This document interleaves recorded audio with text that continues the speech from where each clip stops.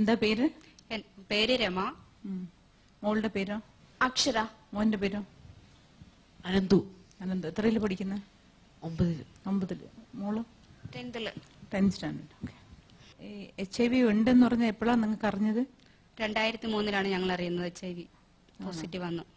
അപ്പോ 3 കുട്ടികളും ഉണ്ടായിരുന്നോ? 3 കുട്ടികളും ഉണ്ടായിരുന്നു. മൂത്ത മോള് എവിടെ? മൂത്ത മോള് ഇപ്പം എഞ്ചിനീയറിംഗിന് പഠിക്കുവാണ്.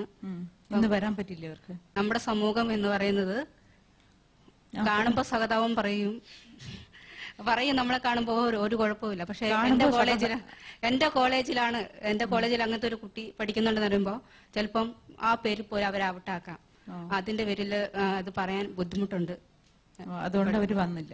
അതുകൊണ്ട് വന്നില്ല, നല്ല അത് അവളെ ബാധിക്കുന്ന പ്രശ്നങ്ങളാണ്. അതുകൊണ്ടാണ്. ഇല്ല, ആ കുട്ടിക്ക് പോസിറ്റീവ് ആണ്. അവള് നെഗറ്റീവാണ്. നെഗറ്റീവായ കുട്ടിയാണ് അവള്. നെഗറ്റീവാണ്. അന്നേരം ഈ 2 കുട്ടികൾക്കും പോസിറ്റീവ് ആണ്. 2 കുട്ടികളും പോസിറ്റീവ്. അപ്പൊ നിങ്ങൾ കല്യാണം കഴിഞ്ഞിട്ട് എത്ര കൊല്ലം കഴിഞ്ഞിട്ടാണ് അറിയുന്നത്? കല്യാണം കഴിഞ്ഞ 11ാമത്തെ വർഷമാണ് അറിയുന്നത്. 11th ഇയറിലാണ്. ഹസ്ബൻഡിനും ഉണ്ടായിരുന്നു HIV? ഹസ്ബൻഡിന് HIV ഉണ്ടെന്ന് പറഞ്ഞത് ഞാൻ പറഞ്ഞല്ലോ, ഞങ്ങൾക്ക് 3 കുട്ടികൾ ഉണ്ടായി കഴിഞ്ഞാണ് ഹസ്ബൻഡ് പോലും അറിയുന്നത് HIV ഉണ്ടെന്നുള്ളത്. എന്ത് ജോലിയായിരുന്നു പുള്ളിക്ക്? പെയിന്റിങ്ങിന്റെ ഒക്കെ പണിയായിരുന്നു ഇവിടെ. പെയിന്റിങ്. എവിടെയുണ്ടായിരുന്നു പുള്ളി ആദ്യം ബോംബെയിലായിരുന്നു. പിന്നെ എന്നെ വിവാഹം കഴിച്ചു കഴിഞ്ഞ് പുള്ളി എവിടെയും പോയിട്ടില്ല, ഞങ്ങളുടെ കൂടെ തന്നെയായിരുന്നു. എവിടെയാ? ഏത് സ്ഥലം? കണ്ണൂർ കൊട്ടിയൂർ എന്ന് പറഞ്ഞ സ്ഥലത്ത്. അവിടെയാണ് കല്യാണം കഴിച്ച് കുട്ടികളൊക്കെ? ഞങ്ങൾ അടുത്തടുത്ത പ്രദേശക്കാരാണ്. ഓക്കെ. മോളിപ്പോ എത്രയില് പഠിക്കുന്നത്? ഇപ്പൊ 10th. ടാബ്ലറ്റ് എന്തെങ്കിലും കഴിക്കാറുണ്ടോ? ഇപ്പോ ടാബ്ലറ്റ് എന്തെങ്കിലും കഴിക്കാറുണ്ടോ? ഇവള് ഇപ്പം കൗണ്ട് കുറഞ്ഞിട്ട് ART എടുക്കുന്നുണ്ട്. ആന്റി റിട്രോതെറാപ്പി എന്ന് പറയും. അത് മരിക്കുന്നവിടം വരെ കഴിക്കുക എന്നുള്ളതാണ്. അല്ല, ഈ HIV-ല് കുറെ ട്രീറ്റ്മെന്റ്സ് ഉണ്ട്.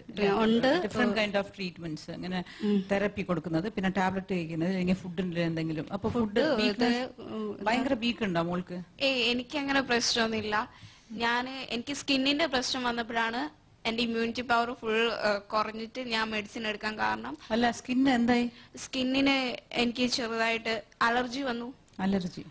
പിന്നെ ആയുർവേദം എടുത്തപ്പോ പിന്നെ കുറച്ചും കൂടെ കൂടി. അതുകൊണ്ടാണ് മെഡിസിൻ എടുക്കാൻ കാരണം. പിന്നെ നിങ്ങൾ എല്ലാവരും വിചാരിക്കുന്ന പോലെ ഇത് വലിയ കോംപ്ലിക്കേറ്റഡ് ആയ ഇഷ്യൂ ഒന്നുമല്ല.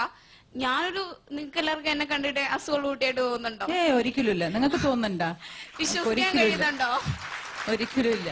എന്താന്ന് വെച്ചാല് നിങ്ങൾ എല്ലാരും മനസ്സിലാക്കണം, ഞാനും ഒരു കുട്ടിയാണ്. ഞാൻ നിങ്ങളുടെ മുമ്പിൽ ജീവിക്കുന്നുണ്ട്. അത് പറയാൻ വേണ്ടി മാത്രമാണ് ഞാൻ ഈ പ്രോഗ്രാമിൽ വന്നത്. ബിക്കോസ് ഞാനൊരു ഹ്യൂമൻ ആണ്. എന്റെ സ്കൂളിലൊക്കെ വന്ന് നോക്കിയിട്ടുണ്ടെങ്കിൽ നിങ്ങളൊന്നും വിചാരിക്കുന്ന ഒരു ലോകമല്ല. ഇതിനെക്കാട്ടും എൻ്റർലി ഡിഫറെന്റ്. അവരെന്നെ കെയർ ചെയ്യുന്ന കാണുമ്പോ എനിക്ക് തന്നെ ഞാൻ എത്ര ബ്ലെസ്ഡ് ആയ കുട്ടിയാന്ന് തോന്നാറുണ്ട്. ഏത് സ്കൂളാണ്? ഞാൻ IGMHSS കൊട്ടിയൂർ. അത് ഏറ്റവും വില്ലേജ് ഏരിയ ആണ്. അതിനനുസരിച്ച് അവരുടെ സ്നേഹം കാണണം. നമ്മൾക്കൊന്നും കിട്ടില്ല എവിടെ. ഞാൻ ഇത്രയും കാലത്ത് എവിടെയൊക്കെ പോയിട്ടുണ്ടെങ്കിലും എനിക്ക് പോകുമ്പോഴും വരുമ്പോഴും എല്ലാം ഓരോരുത്തരുടെ സ്നേഹം. അതാണ്. എനിക്ക് ഈ അസുഖം കിട്ടിയില്ല, എനിക്കൊരു വിഷമവും തോന്നിയിട്ടില്ല. ഞാൻ വളരെ ഹെൽത്തിയാണ്. ഞാൻ ഹെൽത്തി ആയിട്ട് ഫീൽ ചെയ്യുന്നു. പിന്നെ അതിനെക്കുറിച്ച് ഒരു പ്രശ്നം, എനിക്ക് ശാരീരികമായിട്ട് ഒരു പ്രശ്നമില്ല.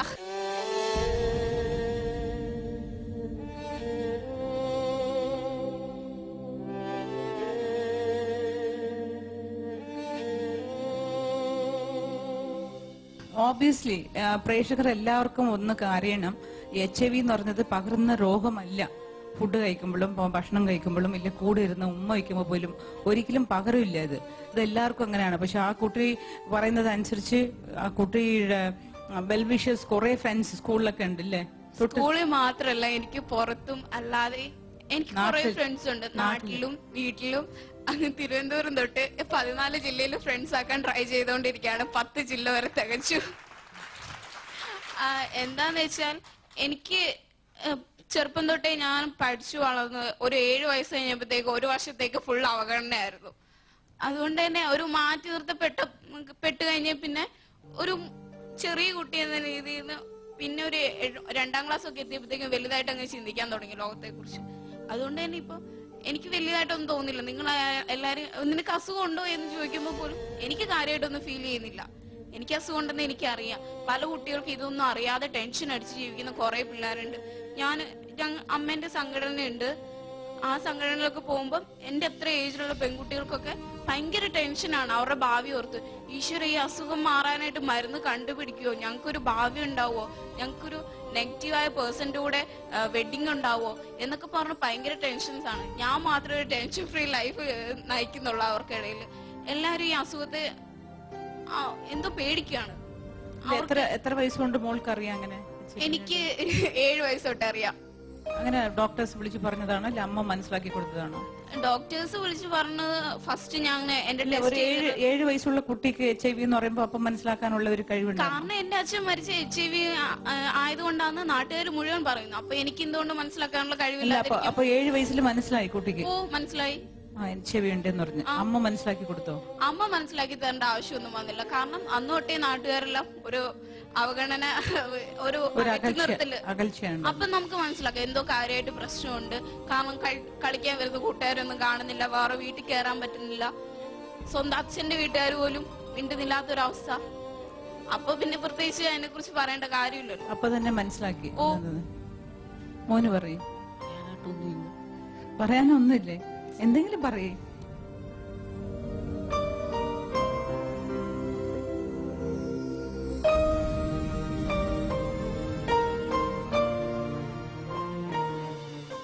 ഫ്യൂച്ചറിൽ എന്താകണമെന്ന് അത് ആഗ്രഹമുണ്ട്? Police officer. Police officer. Very good, very good. എന്നിട്ട് നന്നായിട്ട് ഭക്ഷണമൊക്കെ കഴിക്കാറുണ്ടോ? ഫ്രണ്ട്സ് ഒക്കെ എങ്ങനെയുണ്ട് മോന്റെ കൂടെ? കുഴപ്പമൊന്നുമില്ല. കുഴപ്പമൊന്നുമില്ലേ?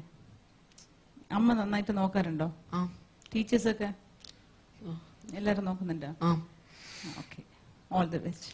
പിന്നെ പറയൂ, നിങ്ങൾ സാമ്പത്തികമായിട്ട് ഇപ്പൊ എങ്ങനെ? സാമ്പത്തികമായിട്ട് ഞങ്ങൾ കുഴപ്പമില്ല എന്ന് പറയാൻ പറ്റില്ല. ഞങ്ങൾക്ക് ബുദ്ധിമുട്ട് തന്നെ. എന്താണെന്ന് വെച്ചാൽ 3 കുട്ടികളെ പഠിപ്പിക്കണം. ഞാൻ ഇപ്പൊ ഒരു ജോലി ചെയ്യുന്നില്ല. ജോലി ഇവരെ ഇട്ടച്ച് എനിക്ക് അങ്ങോട്ടും ജോലിക്കൊന്നും പറഞ്ഞുകൊണ്ട് പോകാം. അല്ല, ഈ അച്ഛൻ മരിച്ചത് എപ്പോഴാ? എത്ര കൊല്ലത്തിന്? അച്ഛൻ മരിച്ചത് 2003 മരിച്ചു. ഇപ്പൊ 9 വർഷം കഴിഞ്ഞു. അനന്തൂന് 4.5 വയസ്സുള്ളപ്പം മരിച്ചതാണ്. അപ്പൊ ഈ 9 വർഷമായിട്ട് എങ്ങനെയാ കുടുംബം നടത്തി? ഞാൻ ജോലിക്ക് പോയായിരുന്നു ആദ്യം. ഏത് ജോലി? പോസിറ്റീവ് സ്പീക്കറായിട്ട് HIV/AIDS തന്നെ. ഇങ്ങനെയുള്ള സാലറി കൊടുക്കാറുണ്ടോ? 3000 രൂപ സാലറിയാണ് ഉള്ളത്. അന്ന് അവര് ചെറിയ കുട്ടികളായിരുന്നു. നമുക്ക് തൽക്കാലം പിടിച്ചു നിൽക്കാൻ ഒരു സ്റ്റേജ്. അത്ര ജോലിക്ക് പോകുന്നില്ല. ഇപ്പം ജോലിക്ക് പോകുന്നില്ല. ഇവര് വലുതായി. അന്നേരം ഇവരെ നിങ്ങൾക്ക് ക്ഷീണമുണ്ടോ? ക്ഷീണമെന്ന് പറഞ്ഞാൽ HIV-യുടെ ഇതില് എടുത്തു പറയത്തക്കായിട്ട് ഒന്നും എനിക്ക് തോന്നിയിട്ടില്ല. രോഗമായിട്ട് ഒരു ആശുപത്രികളിലൊന്നും ഞാൻ പോയിട്ടില്ല. എന്റെ ചേച്ചിക്ക് എന്നെ ഒരിക്കലും അനീത്യാന്ന് പറയുന്നതിൽ ഒരിക്കലും ഒരു വിഷമമില്ല. പക്ഷെ ഞങ്ങൾ ആരും പറയാതിരിക്കുക. അവള് പറയും കോളേജിൽ വരാൻ കാണാന്നൊക്കെ. പക്ഷെ ഞങ്ങള് വരാതിരിക്കുന്നത് അവളുടെ ഒരു സ്റ്റഡീസിനെ അത് ബാധിക്കരുത്. ഞങ്ങളെ പോലെ ഒരു കുട്ടീന്റെ ചേച്ചിയാന്ന് പറഞ്ഞ് ബാധിക്കും. അവരുടെ ഭാവി ഒന്നും പോകാൻ ഞങ്ങൾ കാരണം കൊണ്ട് ഒരിക്കലും പോകാൻ പാടില്ല. അത്ര അല്ല. പക്ഷെ അപ്പൊ നിങ്ങൾ താമസിക്കുന്നതൊക്കെ ഒരു ഹോസ്റ്റലിലാണോ താമസിക്കുന്നത്? ഇപ്പം ഹോസ്റ്റലിലാണ്. ഞങ്ങളുടെ അപ്പൊ നിങ്ങളുടെ കൂടെ ആഴ്ചയിലൊക്കെ വന്ന് താമസിക്കുമോ? വരും. അവിടെ ഞങ്ങളെ ഇപ്പൊ ഇത് ഈ കോളേജിൽ പഠിക്കാൻ നേരത്ത് മാത്രം എൻട്രൻസിന് പോയപ്പോഴും ഇതിനു വേണ്ടി മാത്രം പോയപ്പോഴാണ് ഞങ്ങളെ പിരിഞ്ഞു പോയിട്ടുള്ളത്. 16 വർഷം ചേച്ചിക്ക് സ്നേഹമുണ്ടോ? ചേച്ചിയാണ് എന്നോട് ഏത് സമയം എന്നോട് പറയും, നീ എന്റെ ചേച്ചീന്റെ 10th സ്കോർ 4A+ഉം 5 ഒരു B+ ആണേ. അപ്പൊ എന്നോട് പറയും, നീ ഒരിക്കലും ഇത്രയും മാർക്ക് മേടിച്ചുകൊണ്ട് വരല്, എനിക്ക് നിന്നെ വലിയൊരാളായിട്ട് കാണണം. അതുകൊണ്ട് തന്നെ മിനിമം ഒരു 8A+ മുകളിൽ മേടിച്ചിട്ട് വീട്ടിൽ കയറിയാൽ മതി എന്ന് പറയുന്ന ഒരു ചേച്ചിയാണ് എനിക്കുള്ളത്. എന്റെ ചേച്ചി എന്നെ കെയർ ചെയ്യുന്ന പോലെ വേറെ ആരെയും കെയർ ചെയ്യില്ല. ഞാനും അങ്ങനെ തന്നെയാണ്. അവള് ഞാൻ പഠിച്ചു വലുതാണ്, എനിക്ക് എന്തെങ്കിലും ഉണ്ടെങ്കിൽ അവൾക്കും കൂടെ കൊടുക്കണം. അവൾക്ക് വേണ്ടിയിട്ടാണ് ഞങ്ങൾ ജീവിക്കുന്നത് തന്നെ.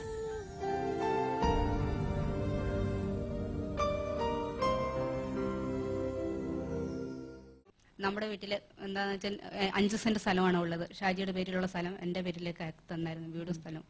അതുകൊണ്ട് 5 സെന്റ് സ്ഥലത്തിൽ നമുക്കൊന്നും ചെയ്യാൻ പറ്റൂല. അങ്ങനെ ഞാൻ ഈ കുട്ടികളെ 5 സെന്റ് സ്ഥലം മാത്രമുണ്ട്. വീട് വെച്ചിട്ടുണ്ടോ? അന്നും വീട് വെച്ചിട്ടുണ്ടായിരുന്നു. വീട് എന്ന് പറഞ്ഞാൽ സാധാരണ ഒരു വീട്. നമുക്ക് ആരുടെ പ്രശ്നങ്ങളില്ലാണ്ട് ജീവിക്കാം, അത്ര തന്നെ. ആ വീട് തന്നെ ഞങ്ങളുടെ നിലനിൽപ്പിനും ആധാരം. അങ്ങനെ ഷാജി ഇങ്ങനെ സാമ്പത്തികമില്ലായ്മ വന്നത് ഇല്ലാന്ന് തന്നെ പറയാലോ. ഇപ്പൊ എന്റെ ഷാജിയുടെ ആൾക്കാരെല്ലാം അനിയനുണ്ട്, നാത്തുമാരെല്ലാം ഉണ്ട്. പക്ഷെ അവരാരും നമ്മളെ തിരിഞ്ഞു നോക്കിയിട്ടില്ലെന്നുള്ളത്. ഞങ്ങളുടെ പാവപ്പെട്ടവരാണ്. അവർക്ക് സ്നേഹം മാത്രമേ എന്റെ വീട്ടിൽ നിന്ന് എനിക്ക് തരാൻ പറ്റുള്ളായിരുന്നു. അവരുടെ ഫാമിലി നല്ല ഫുൾ സപ്പോർട്ടാണ്. അവരാണ് ഞങ്ങളുടെ കാര്യം. അവരുടെ സ്നേഹം മാത്രമുണ്ട്, സ്നേഹം മാത്രം മതി. അവരുടെ ഒരു വീട്ടിൽ പോയിരിക്കുമ്പോ നമുക്ക് വരുന്ന സ്നേഹം എത്ര ദിവസം വേണമെങ്കിലും അവിടെ പോയി താമസിക്കാം. അമ്മാവന്മാരാണെങ്കിൽ പോലും ഞാൻ പറഞ്ഞാൽ എന്ത് ചെയ്യും, അവരുടെ മക്കൾ പറഞ്ഞാൽ അതുപോലും ചെയ്യില്ല. എന്നോട് അത്രയ്ക്കും കാര്യമുണ്ട്. അതേപോലെ തന്നെ അച്ഛന്റെ വീട്ടുകാര് അവർക്കെല്ലാം എന്താ ഞങ്ങൾ അവരെ അപമാനിച്ചു കളഞ്ഞു, ഞങ്ങളൊന്നും അവരുടെ വീട്ടിലെ കുട്ടികളല്ല. സത്യം പറഞ്ഞാൽ അവരാണ് ഞങ്ങളുടെ അതിന് നിങ്ങൾ തെറ്റുകാരില്ലല്ലോ. ഈ HIV എന്ന് പറഞ്ഞത് പകരുന്നത് ബ്ലഡിന്റെ വകയിലാണോ ഇല്ല ഏതിലാണെന്ന് പറയാൻ പറ്റില്ല. ഇപ്പൊ അവര് പറഞ്ഞു വരുമ്പോ അത് എല്ലാം ഞങ്ങളുടെ തെറ്റായിട്ട് വരും. പക്ഷെ അവരെയും തെറ്റു പറയാൻ പറ്റില്ല എന്ന് ഞാൻ പറയുള്ളൂ. കാരണം അത്രയ്ക്കും ചിന്തിക്കാനുള്ള ശേഷിയുള്ളൂ. പക്ഷെ ഇവരുടെ ഫാമിലിയിൽ ഇത്രയും സ്നേഹം കൊടുക്കുന്ന ആ ഫാമിലീസ് വേണ്ടി എല്ലാവരും ക്ലാപ്പ് ചെയ്യൂ. എത്ര സ്നേഹം കൊടുക്കുന്നുണ്ട്. നമ്മളൊരു സൂക്കേഡായിട്ട് ഒരു വയസ്സായിട്ടിരിക്കുന്നവർ, ഒരു പേഷ്യന്റ് ആയിട്ടിരിക്കുന്നവർ ഒരു ഹോസ്പിറ്റലിൽ പോയി നമ്മളെ കൊണ്ട് സഹായിക്കാൻ പറ്റില്ലെങ്കിലും നമ്മളെല്ലാവരും നമ്മളുടെ താരങ്ങളോടും ഇല്ലാതെ നമ്മുടെ പ്രേക്ഷകരോട് ഇത് കണ്ടുകൊണ്ടിരിക്കുന്നവർ എല്ലാവരുടെ അടുത്തും ഞാൻ പറയുന്നത്, ഞാനൊരു സോഷ്യൽ വർക്കറാണ്. ചെറുപ്പം തൊട്ട് കുറെ ഓർഫൻസിന്റെ ജോലി സോഷ്യൽ വർക്കൊക്കെ ചെയ്തിട്ടുണ്ട്. അങ്ങനെ നമ്മളെ കൊണ്ട് സാമ്പത്തികമായിട്ട് ഇപ്പൊ ചെയ്യാൻ പറ്റില്ലെങ്കിൽ ഇങ്ങനത്തെ ഉള്ള ആൾക്കാർക്ക് നമ്മളുടെ സ്നേഹം കൊടുത്താൽ മതി. അപ്പോൾ അത്രയും അവർ പറയുന്നുണ്ട്. അപ്പൊ നമുക്കത് മനസ്സിലാക്കാൻ പറ്റും. അപ്പൊ എല്ലാവരും സ്നേഹം കൊടുക്ക്. പൈസ വെച്ചിരിക്കുന്നവർ സഹായിക്ക്. അതാണ് നമ്മൾ ചോദിക്കുന്നത്. ഒരുപാട് പൈസ ഉള്ളവര് പൈസ ഇല്ലാത്തവർക്ക് നിങ്ങൾ സഹായിക്കണം. അതാണ് എൻ്റെ ഒരു അപേക്ഷയുള്ളത്. എനിക്ക് ഒരു ചോദ്യം ചോദിക്കാനുണ്ട്. അത് ഞാൻ ചോദിക്കുന്നതില്ല, ചിലപ്പോൾ ഓഡിയൻസിന്റെ മനസ്സിൽ ഇങ്ങനെയാണ് HIV വന്നത് എന്ന് പറഞ്ഞിട്ട് ഒരു ചിന്താതിഥ ഉണ്ടാകും അല്ലെ. എല്ലാവർക്കും ബാഡ് ആയിട്ടും ഉണ്ടാകും, നല്ല ഇംപ്രഷൻ ഉണ്ടാകും. പക്ഷെ HIV വന്നിട്ട് ഒരിക്കലും ഒരു പ്രഗ്നന്റ് ആയിരിക്കുന്ന 2 ട്വിൻസിൽ ഒരു കുട്ടിക്ക് HIV വന്നിട്ടുണ്ട്, ഞാൻ കേട്ടിട്ടുണ്ട് അങ്ങനെ. പിന്നെ 3 കുട്ടികൾക്കും പോസിറ്റീവ് ആയിട്ടുണ്ട്. പിന്നെ 3 കുട്ടികൾക്കും നെഗറ്റീവ് ഉണ്ട്. അച്ഛനും അമ്മയ്ക്കും ഇല്ലാതെ കുട്ടികൾക്ക് മാത്രം എങ്ങനെയാ വന്നിട്ടുണ്ടെന്ന് അതുപോലും ഞാൻ കേട്ടിട്ടുണ്ട്. അങ്ങനെ പ്രവൃത്തി കൊണ്ടും പിന്നെ ഇങ്ങനെ നോട്ടത്തിലും ഹസ്ബൻഡ് ഹാബിറ്റ്സ് ആറ്റിറ്റ്യൂഡ് അതൊക്കെ എങ്ങനെ നന്നായിരുന്നോ? ഷാജി ഒരിക്കൽ പോലും അന്യ സ്ത്രീകളോട് അപമര്യാദയായിട്ട് സംസാരിക്കുകയോ പെരുമാറുകയോ ചെയ്യുന്നത് ഞാൻ കണ്ടിട്ടില്ല, ഇതുവരെ കണ്ടിട്ടില്ല. ഒരു സ്ത്രീയും പറയൂല ഷാജി അങ്ങനെ ഞങ്ങളോട് ഒന്ന്. ഷാജി സംസാരിച്ചിട്ട് പോലും ഇല്ല എന്ന് പറയാൻ സത്യമാണ്. അത് സത്യമാണ്. അതെന്റെ ഞാൻ വിശ്വസിക്കുന്നു. അങ്ങനെ അത് വന്നു കഴിഞ്ഞിട്ടും അതിന്റെ മുമ്പും പുള്ളി നിങ്ങളുടെ അടുത്തൊക്കെ നല്ല സ്നേഹമായിട്ടുണ്ടായിരുന്നോ? ഷാജി വന്നു കഴിഞ്ഞ് അറിഞ്ഞു കഴിഞ്ഞാൽ ഷാജി എന്റെ ഒപ്പം ഇല്ലായിരുന്നു. ഷാജി 2 മാസം മാത്രമേ അറിഞ്ഞു കഴിഞ്ഞാൽ ഉണ്ടായിരുന്നുള്ളൂ. കുറ്റപ്പെടുത്താനും പറയാനും ഒന്നും ഷാജി കാത്തു നിന്നില്ല. ഷാജി മരിച്ചു പോവുകയാണ് ചെയ്തത്. എന്നുവെച്ചാൽ അതിൽ ഷാജിയെ നമുക്ക് രക്ഷപ്പെടുത്തി എടുക്കാമായിരുന്നു എങ്കിൽ പോലും അഭിമാനം എന്നത് നമ്മുടെ ബന്ധുക്കളെയും സ്വന്തക്കാരെയും അത് അവൻ മരിച്ചു പോകട്ടെ എന്ന് ചിന്തിക്കുന്നൊരു സമൂഹത്തിലായിരുന്നു ഷാജി HIV ബാധിച്ചത്. അന്നേരം അവൻ മരിക്കാനാണ് എല്ലാവരും ആഗ്രഹിക്കുന്നത്. അന്ന് എനിക്ക് 29 വയസ്സേ ഉള്ളൂ. ആ 29 വയസ്സിൽ എനിക്ക് ഷാജിനെ താങ്ങി നിർത്താനുള്ള കഴിവോ പ്രാപ്തിയോ സമൂഹത്തെ കുറിച്ചോ എനിക്കൊന്നും അറിയത്തില്ലായിരുന്നു. ഇല്ലായിരുന്നു എനിക്ക്. ഈ സമയമാണെങ്കിൽ ഞാൻ അതിനെ എതിർത്തുന്നതിനെ ബന്ധുക്കളെ സ്വന്തക്കാരെല്ലാം എതിർത്തതിനെ ഞാൻ. പക്ഷെ എനിക്കിപ്പോ 38 വയസ്സ്. അല്ല, ആ സമയത്ത് ഫാമിലിയിലെ പുള്ളിക്കാരൻ മരിക്കട്ടെന്ന് ആലോചിക്കുമ്പോൾ നിങ്ങൾക്കും ഇങ്ങനെ ഒരു നെഗറ്റീവ് പോസിറ്റീവ് ആയിട്ടാണല്ലോ വന്നത്. അപ്പൊ നിങ്ങളുടെ അടുത്ത് എന്തെങ്കിലും കുറ്റപ്പറച്ചിലൊക്കെ എന്നോട് എന്റെ ഭർത്താവ് പറഞ്ഞത് ഒരു കാര്യമാണ്, മക്കളെ വളർത്തണം, വിഷം കൊടുത്ത് കൊല്ലരുത്. അതാ കർത്തവ്യം ഞാൻ ഇന്ന് ചെയ്യുന്നുണ്ട്. എന്റെ മക്കളെ വളർത്താൻ വേണ്ടി എന്നോട് പറഞ്ഞു, എവിടെ നീ മക്കളെ കൊല്ലരുതെന്ന് പറഞ്ഞിട്ടുണ്ടായിരുന്നു, നീ ഗവൺമെന്റിന്റെ അടുത്ത് ചെല്ലണം, അവര് നമ്മളെ സഹായിക്കും എന്ന് പറഞ്ഞു. പക്ഷെ എന്നെ സമൂഹം സഹായിച്ചിട്ടുണ്ട്. എന്ന് വെച്ചാൽ എന്റെ മക്കൾ ഇത്രയും വളർന്നു വലുതായിട്ടുണ്ടെങ്കിൽ അവരുടെ കൈകളിലൂടെ വന്ന ഇതുകൊണ്ടാണ് എന്റെ മക്കൾക്ക്. അത് ഇപ്പോഴും ഞാൻ പ്രതീക്ഷിക്കുന്നത്. എനിക്കിത് ഇത്രേ പറയാനുള്ളൂ. എന്റെ മക്കളെ വളർത്തണം, അവർക്ക് വിദ്യാഭ്യാസം നൽകണം, അവർ നല്ല നിലയിലെത്തണം. അതിനെ സഹായിക്കാൻ പറ്റുന്ന സമൂഹം ഉണ്ടെങ്കിൽ. അത് HIV ബാധിച്ചുകൊണ്ട് സമൂഹത്തിന് തുടച്ചു നിൽക്കപ്പെടേണ്ടവരല്ല ഞങ്ങൾക്ക് ജീവിക്കാൻ ഞങ്ങളെ അനുവദിക്കൂ എന്ന് മാത്രമേ എനിക്ക് പറയാനുള്ളൂ. അതുകൊണ്ട് ചെയ്യാൻ പറ്റുന്നത് ഞങ്ങൾക്ക് വേണ്ടി ചെയ്യുക. പിന്നെ ഇതൊരു ബോധവൽക്കരണം എന്ന നിലയിൽ സമൂഹത്തിൽ HIV മാറ്റം വരാൻ സാധിക്കുന്ന ആൾക്കാരുണ്ടെങ്കിൽ മാറ്റം വരുത്തണം. അതുകൊണ്ട് ഇനി അക്ഷരയോ അനന്തമോ മാത്രമല്ല സമൂഹത്തിലുള്ളത്, ഒത്തിരി അറിയപ്പെടാത്ത കുഞ്ഞുങ്ങളുണ്ട് ഇന്ന് സ്കൂളിൽ പഠിക്കാതെ, എനിക്കിത് ആരോടും തുറന്നു പറയാൻ കഴിയാതെ പിള്ളേരടച്ച് ദാരിദ്ര്യവും പട്ടിണിയും കൊണ്ട് ഇന്നും കഴിയുന്ന കുറെ കുഞ്ഞുങ്ങളുണ്ട്. അവർക്ക് വേണ്ടിയെങ്കിലും ഇത് ഒരു ഇതാകട്ടെ എന്നും ഞാൻ വിശ്വസിക്കുന്നു. അക്ഷരം മോൾക്ക് എന്ത് പറയാനുണ്ട്? എന്റെ അച്ഛനെ കുറിച്ചാണെങ്കിൽ ഞാൻ 7 വയസ്സ് വരെ എന്റെ അച്ഛനെ കണ്ടിട്ടുള്ളൂ. ഏറ്റവും സ്നേഹം തന്ന ഒരാളാണ്. എന്താന്ന് വെച്ചാൽ എന്റെ അക്ഷരമൊക്കെ ആദ്യമായിട്ട് എന്റെ പേര് എഴുതിപ്പിച്ചത് എന്റെ അച്ഛനാണ്. എന്റെ അച്ഛനാണ് എന്റെ ഹീറോ. ആ ടൈമിൽ അറിയാത്തായിട്ട് ഒരു കാര്യമില്ല. പാട്ട് തൊട്ട് എന്നെ കവിത ചൊല്ലിപ്പിച്ച് സ്കൂളിൽ കേൾപ്പിച്ച് ഫസ്റ്റ്, സെക്കൻഡ്, തേർഡ് അങ്ങനെ എന്തോ ഒരു പ്രൈസ് മേടിച്ചു തന്നിട്ടുണ്ടെന്നോ. അത്രയ്ക്ക് ലവിങ് ആയ ഒരു അച്ഛനായിരുന്നു. പിന്നെ നിങ്ങളോട് എല്ലാവരോടും എനിക്ക് പറയാനുള്ളത്, ഞങ്ങളെ മനുഷ്യരായി തന്നെ കാണുക. എല്ലാവരും അങ്ങനെ തന്നെ കാണും. പിന്നെ ഞങ്ങളെ പോലെ ഇനി അറിയപ്പെടാത്ത കുറെ കുട്ടികളുണ്ട്. അവരെ അതേപോലെ അറിഞ്ഞിട്ടുണ്ടെങ്കിൽ തന്നെ ആരും അകറ്റി നിർത്തരുത്. നിങ്ങളിൽ ഒരാളായി തന്നെ കാണുക. ഞങ്ങളും ഈ ഭൂമിയിൽ തന്നെ ജനിച്ചവരല്ലേ, അപ്പൊ അതിൻ്റെതായ റെസ്പെക്ട് ഞങ്ങൾക്കും തരിക. പിന്നെ ഈ ജീവിക്കുന്ന ജീവിതം വളരെ അതിലൊന്നും എനിക്ക് ആരോടും പരാതിയില്ല. ഈ അസുഖം കിട്ടിയതില്ലോ അല്ലെ നിങ്ങൾ ആരെങ്കിലും എന്നോട് മുഖം കറുപ്പിച്ച് സംസാരിച്ചാലോ അതൊന്നും എന്നെ ബാധിക്കുന്ന കാര്യമല്ല. എന്നോട് പോസിറ്റീവായിട്ട് ഇടപഴകുന്നവരുണ്ട്. അവര് എനിക്ക് വേണ്ടി ടൈം സ്പെൻഡ് ചെയ്യാൻ ആഗ്രഹിക്കുന്നവരുണ്ട്. അവർക്കിടയിൽ ജീവിക്കാനാണ് എനിക്ക് താല്പര്യം. അല്ലാതെ നിങ്ങൾ ആരെങ്കിലും മുഖം കറുപ്പിച്ചാലോ നിങ്ങളുടെ ഇടയിൽ ഞാൻ നിൽക്കൂല. എനിക്ക് വേണ്ടിയിട്ട് ജീവിക്കുന്നവരുണ്ട്, അവർക്ക് വേണ്ടിയിട്ട് ഞാൻ ജീവിക്കും. പിന്നെ ഞാൻ പഠിക്കണമെന്ന് താല്പര്യപ്പെടുന്ന കുറെ ആൾക്കാരുണ്ട്. പിന്നെ എനിക്ക് ഈ ലോകത്തോട് കാണിക്കാനുള്ളത് കുറച്ച് കർത്തവ്യം കൂടിയുണ്ട്. കാരണം ഇപ്പൊ എന്റെ അച്ഛൻ മരിച്ചിട്ട് 10 വർഷം. അതിന് മുമ്പ് ഞങ്ങളെല്ലാം മരിച്ചു പോകുമെന്ന് പറഞ്ഞവർ വരെയുണ്ട്. അവരുടെ മുമ്പിൽ എനിക്ക് കാണിച്ചു കൊടുക്കണം ഞാൻ ഇത്രയും നാൾ ജീവിച്ചു, നിങ്ങളുടെ മക്കളെക്കാട്ടും നല്ലൊരു നിലയിലെത്തി. ഇനിയും എനിക്ക് എന്റെ നാടിന് വേണ്ടിയിട്ട് എന്തെങ്കിലും ചെയ്യണം. എന്റെ നാടിനെ സർവീസ് ചെയ്യണം. അല്ലെങ്കിൽ എനിക്ക് ഒറ്റൊരാളെങ്കിലും ഏറ്റെടുത്ത് പഠിപ്പിക്കാനോ അവർ കുടുംബം ഏറ്റെടുക്കാനോ കഴിയുന്ന ഒരു വിധത്തിൽ ഞാനെത്താം. അതിന് ഇപ്പൊ എനിക്ക് കഴിയില്ല. പക്ഷെ മേ ബി ഒരു 10 years കഴിയുമ്പോൾ എനിക്കൊരു ജോലി കിട്ടിക്കഴിഞ്ഞോ ഞാൻ എന്തായാലും തീർച്ചയായും എന്റെ നാടിന് വേണ്ടി അല്ലെങ്കിൽ ഒരു കുടുംബത്തിന് വേണ്ടിയിട്ടെങ്കിലും ഞാൻ സർവീസ് ചെയ്യും. അത് ഉറപ്പാണ്.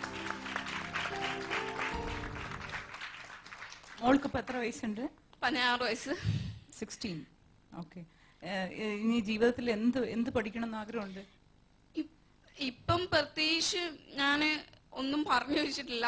എന്റെ ചേച്ചി പറഞ്ഞു എഞ്ചിനീയറിംഗ് എടുക്കുക, എഞ്ചിനീയറിംഗ് ചെയ്യാം. പിന്നെ ഞാൻ BSW അത് കഴിഞ്ഞിട്ട് MSW എടുക്കാനാണ് താല്പര്യം. അതിനുശേഷം IAS ചെയ്യണമെന്നുണ്ട്. അതിനുള്ള ഒരു ഭാവി ഉണ്ടാവുമെന്ന് ഞാൻ പ്രതീക്ഷിക്കുന്നു. അതിനായിട്ട് ഇപ്പോഴേ ട്രൈ ചെയ്യുന്നു. എനിക്ക് MSW പഠിക്കാനാണ് താല്പര്യം. Very good. എല്ലാരും ഈ കുട്ടീന് വേണ്ടി ഒരുപാട് പ്രാർത്ഥിക്കണം. എന്തറിയാവോ, ഇത്രയും വാശിയുണ്ട് കണ്ടോ, ഭയങ്കര ഒരു വാശിയുണ്ട്. എല്ലാവരുടെ മുമ്പിൽ വന്ന് കാണിക്കണം, ജയിച്ചു കാണിക്കണം. ഭയങ്കര ഒരു വിൽ പവറാണ്. അപ്പൊ അതിനുവേണ്ടി ആ കുട്ടി അങ്ങനെ തന്നെ വരട്ടെ, ഒരു IAS കാര്യമായിട്ട് വരട്ടെ എന്ന് നമുക്ക് പ്രാർത്ഥിക്കാം. സോ മോളുടെ എല്ലാ ആഗ്രഹങ്ങളും നടക്കാൻ വേണ്ടി എന്റെ എല്ലാ ബ്ലെസ്സസും ഉണ്ട്.